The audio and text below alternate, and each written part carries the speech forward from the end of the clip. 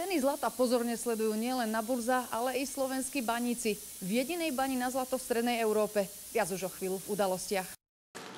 6 hodín ráno, tak ako ich dedovia a otcovia, i pre nich je to čas fára do bane.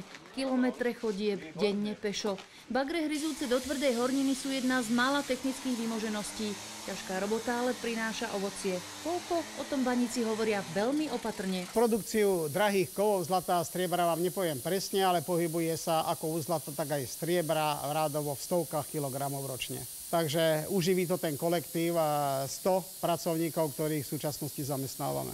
Ich pláca závisí od ceny zlata. Jej pohyb preto sledujú baníci rovnako pozorne ako na burzách. Táto baňa je známa už 400 rokov. Kedysi sa tu ťažilo striebro a meď. Zlato tu paradoxne objavili až v 1992. Ukryté v hĺbke stoviek metrov. Na jeho objavenie dlho chýbalo šťastie. Osud bane bol viac raz takmer spečatený. Pred tými, ak dobre rátam, 30 rokmi sme boli 40 metrov od tohto ložiska, ktoré v súčasne dobývame geologicko-prieskumnými prácami a neobjavili sme ho. Uvidieť žilu. Bohato žily určia v laboratóriu. Nájsť ju a dať správny smer ťažby, na to treba hlavy tých najskúsenejších. Keď je jalovina smola, zase nás otočia, razíme inde.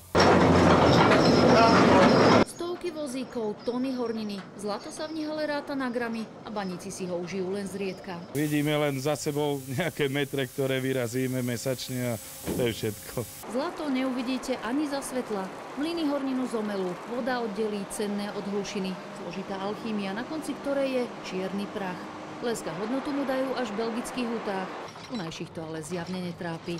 Hlavne, že je stále prečo chodiť do podzemia. Z Hodruše Hamrov, Olga Baková, Česká televízia.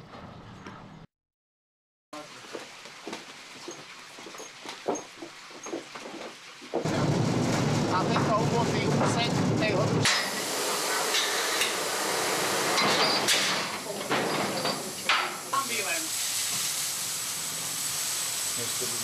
Že nie je všetko zlato, čo sa blíšti. Práve, že to zlato sa ani neblíši.